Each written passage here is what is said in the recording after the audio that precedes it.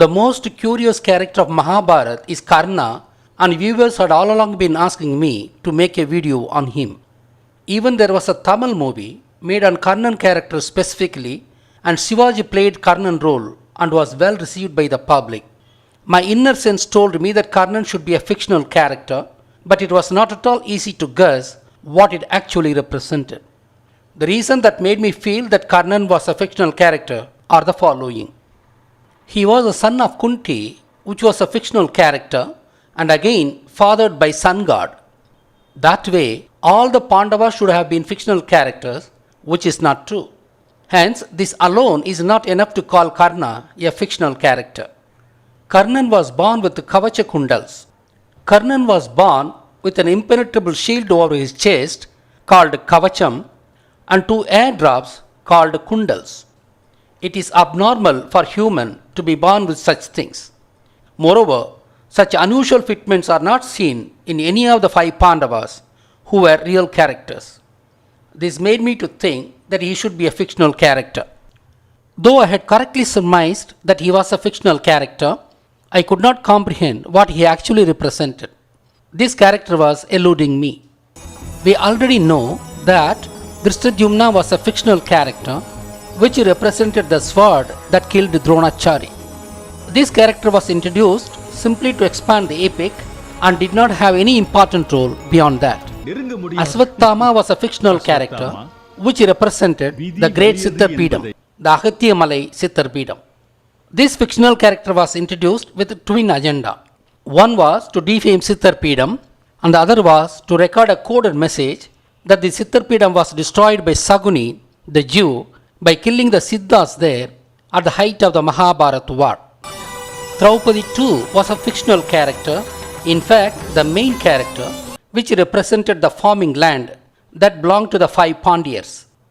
Likewise, there had been numerous fictional characters in Sanskrit Mahabharata with one or more agendas, namely to simply expand the epic, or as a tool to distort history, or to record some coded message. Even Bhishma was also a fictional character, which we would discuss in a separate exclusive video later. Thus, we have to identify what the Karnan character symbolizes. Of all the fictional characters of Mahabharata, Karnan gave the biggest challenge to my intellectual capacity. To crack this mysterious character, I started by listing all the characteristics and info of this character. They are: he joins Duryodhana camp voluntarily. He was a son of Kunti like other Pandavas and said to be the eldest of them. He was found in a casket carried by a river. He was an arch rival of Arjunan. Even after knowing that he too was a son of Kunti, he resolves to kill Arjuna while vowing not to kill other four Pandavas. Thus, Arjuna was considered the biggest enemy by Karna. Draupadi prevented him taking part in the contest to warn her, and eventually he hates her as vehemently as Duryodhana. He supported disrobing of Draupadi. He slayed Abhimanyu along with the Kauravas. He went on Digvijay, conquering all the lands. The Naga Astiram was to be used only by Karna. Even though Naga Astiram could have been used by Dronachari, Bhishma, Duryodhana, Kripachari or Aswathama, why is it that Karna alone had to use it? Karnan was a philanthropist. He gives away all his possessions to the needy. In fact, his name itself was made to represent this aspect. Karam in Tamil means hand. Karanan means possessor of hand. Here, hand represents philanthropy. We give alms through our hands. That is how his title name was created. The name Karanan deformed to Karnan. Karnan was a great fighter. Karna was born of sun god. He was born with Kavacha Kundals. Considering the complex qualities of this character, it was really difficult to come to any definite conclusion. For instance, as he was born with the Kavacham, I surmised that he could have been a shield just like Drishtadyumna, who was a sword. But a shield could not be a philanthropist, and hence he cannot be related to a shield. Again, he was born with kundals, and we do not know what these kundals are. Hence, it was very difficult to relate Karna to a physical character that represented all the above mentioned properties. Having failed to reach any plausible conclusion on Karna through the Sanskrit Mahabharata, I then went by the actual history of the war in order to surmise the nature of this character. The Mallas inhabited the Tamarabarni Delta region, the eastern side of the South Tamil Nadu. They were called Pandyas and were burning the forests to generate agricultural lands. This was vehemently opposed by the Kauravas, who were conservative people and loved nature.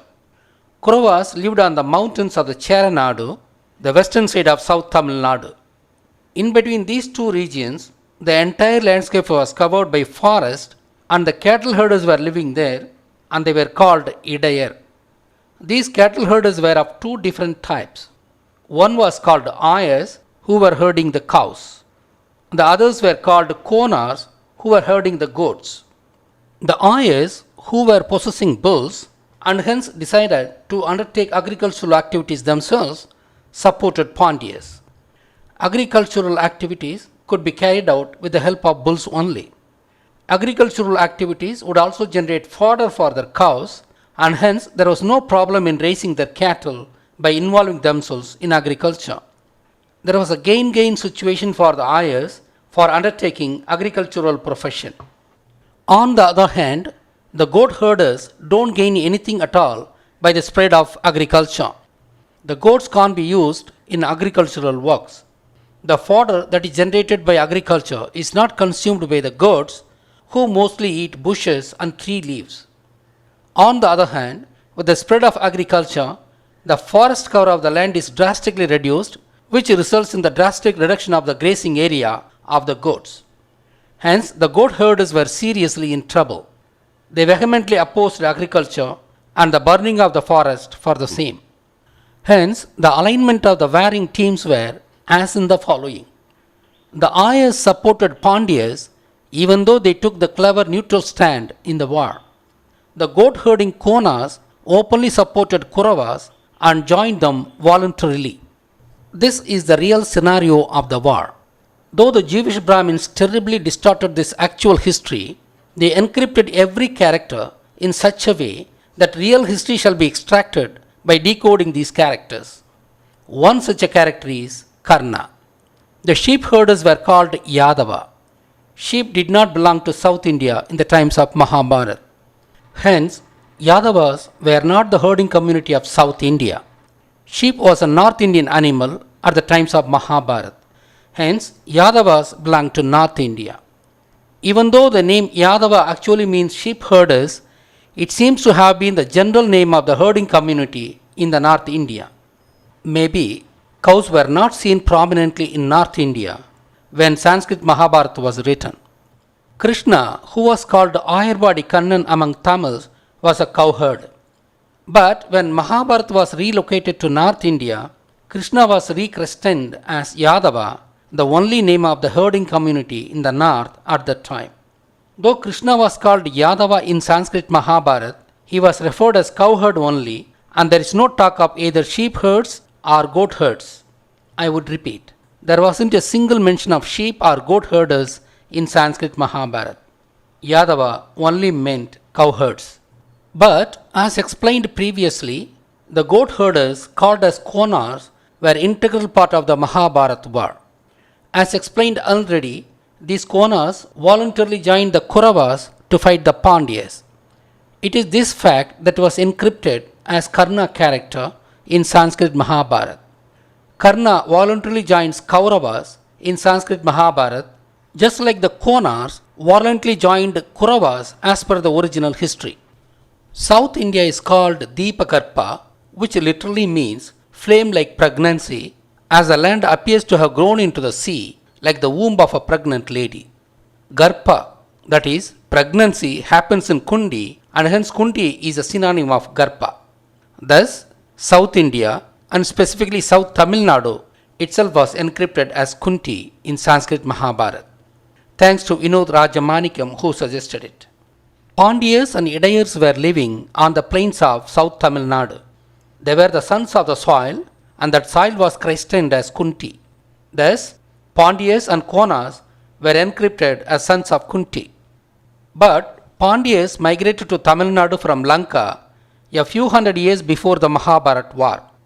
Hence, Karna, who represents Konar, the original inhabitants of Kunti, was encrypted as elder brother of Pandyas. To sum up, Karna represents goat herding Konars. As both Konars and Pandyas lived on the plains of South Tamil Nadu, encrypted as Kunti, they were depicted as brothers, and as Pandyas migrated from Lanka, they were considered as younger brothers of Karna.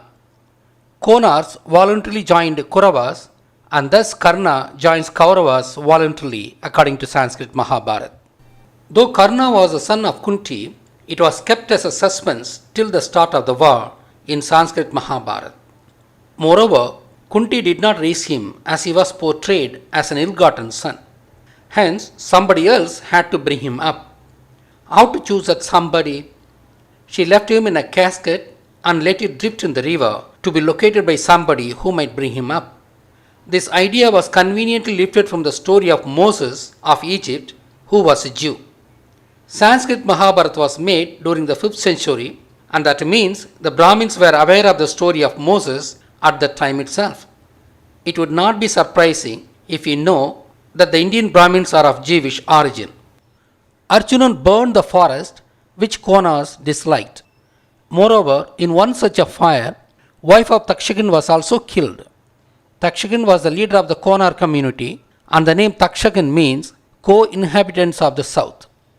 Obviously, Konars were singularly ferocious against Arjuna among the Pandyas. That's how Karna considered Arjuna as his arch-rival. That's why he could spare the lives of the other Pandavas while resolving to kill Arjuna. The Konars actually loathed agriculture as it was developed after destroying the forest. Obviously, Draupadi did not allow Karna in the Swayamvara contest. Disrobing of Draupadi actually means destroying the cultivated crops. Obviously, Karna supported disrobing Draupadi.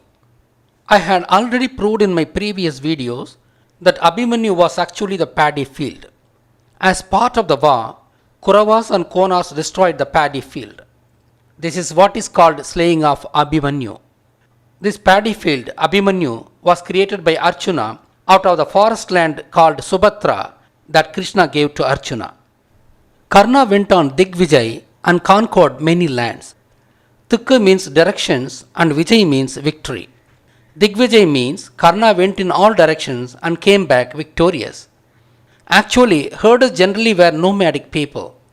They moved the cattle over hundreds of kilometers every year, synchronizing with seasons, and returned back. This nomadic lifestyle of Konars was conjectured as Digvijay of Karna. In the war, Karna was requested by Duryodhana to use Naga Astiram. What is Naga Astiram? The herding community who were living only on the ground were called Nagar, meaning the first people who could speak intelligible language using their tongue. Actually, their original name was Nakar, meaning people possessing tongue, which deformed to Nagar. But cobra was called Nayaka Pambu, which deformed to Naha Pambu and ultimately to Naham. The Jewish Brahmins knowingly twisted this fact and called the Konars, who were of Naga race, as Cobra race. Konars were encrypted as Cobra race. I had already stated that the Konar battalion voluntarily joined Kauravas. Karna, who himself represented Konars, would only be able to direct the Konar battalion, who were of Nagar race. Thus, the Naga Astiram actually means Konar battalion. That's how Karna was asked to use Naga Astiram and not other warriors like Drona, Kiruba, Aswathama, Bhishma, etc. Karnan was said to be a great philanthropist.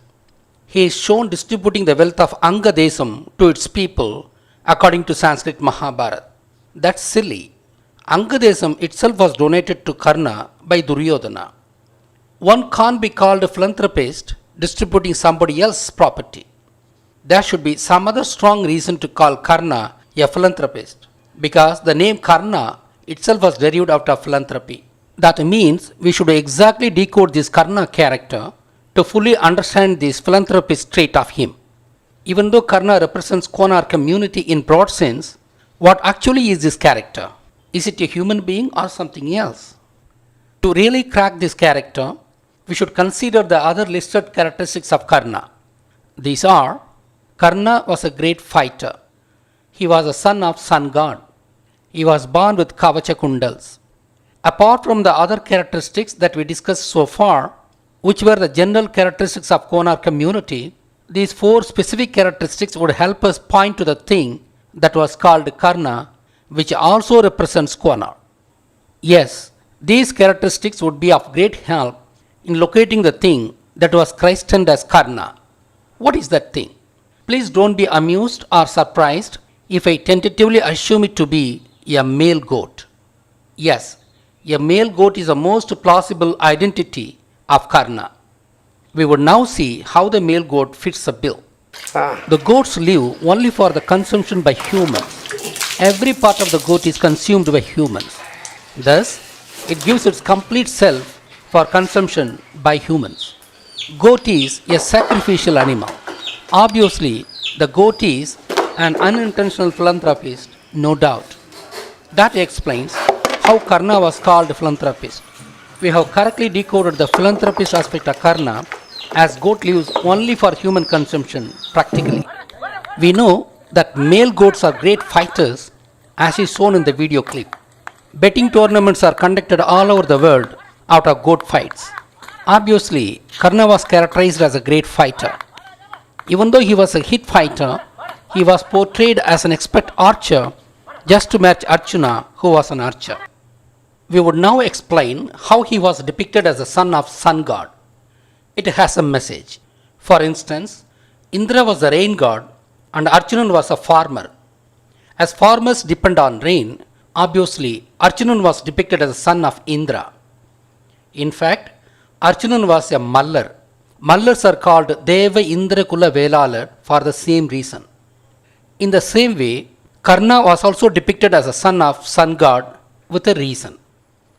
We know that lunar year is not a seasonal year as it has only 354 days against 365.25 days, falling short by 11.25 days.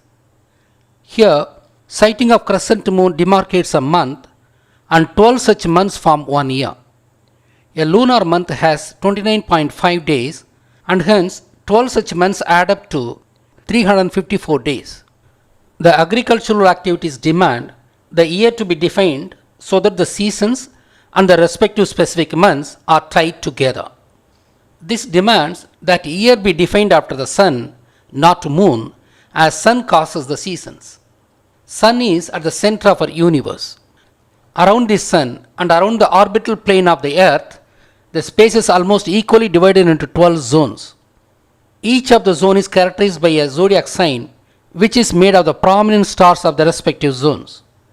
As earth traverses on its elliptical path around sun while revolving around its own axis, the first sighting of a particular zodiac in the evening sky at the specific time defines the start of that month, and this month ends when the next zodiac is first sighted similarly, which is the onset of the next month. This scheme ties the seasons to their specific months and hence is called a seasonal year, and this year is called a solar year or sidereal year. Of the 12 zodiacs, one of the zodiac is chosen to represent the birth of not only its corresponding month but also the new year. During the times that the Sanskrit Mahabarath was written, it was the Aries zodiac which is called the Mesham according to Indian nomenclature. This zodiac might have been chosen as it might have coincided with the vernal equinox at that time. As a solar new year is born with the emergence of Mesha's zodiac in the evening sky, Mesham, that is Karna, was depicted as son of sun. Thus, we have explained the connection between sun and Karna, as Karna is a goat called Mesham in Tamil. Now, the last and unmistakable proof that Karna represents goat is the fact that Karna was born with Kavacha Kundals. What are Kavacha Kundals? Just have a look at the picture of the male goat of South India. Wow! Have you got it? Don't you see the Kundals? Don't you see the Kavacham? The Kavacham need not represent a shield. The horn is a self-protection armament and hence is also called a Kavacham. Yes, a male goat characterized Karna, who also represented the Konar community. Oh my god! Ultimately, it turns out that the great Karna is after all a goat? Funny, funny, funny. Is it for him that we had been crying all along? Oh my god, this is the most comic thing of all.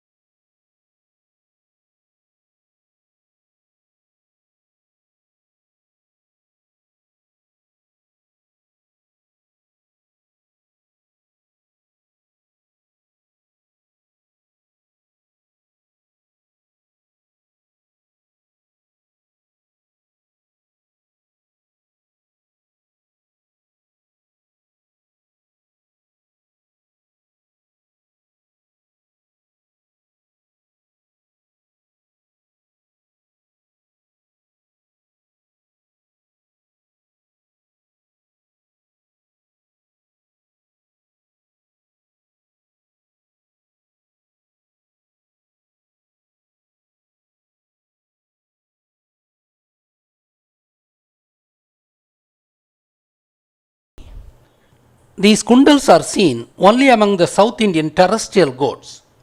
The choice of the goat to represent Karna and hence the Konars clearly depicts the kind of goats that the Konars were herding. It also clearly proves that sheep weren't herded in South India during the times of Mahabharata. The sheep don't have kundals. Sheep were brought to South India much later only. Through the Karna character, we come to know that Konars were the integral part of Mahabharata war, which is not explicit in Sanskrit Mahabharata. This fact was incorporated only in encrypted form, while ayers were explicitly incorporated in Sanskrit Mahabharata.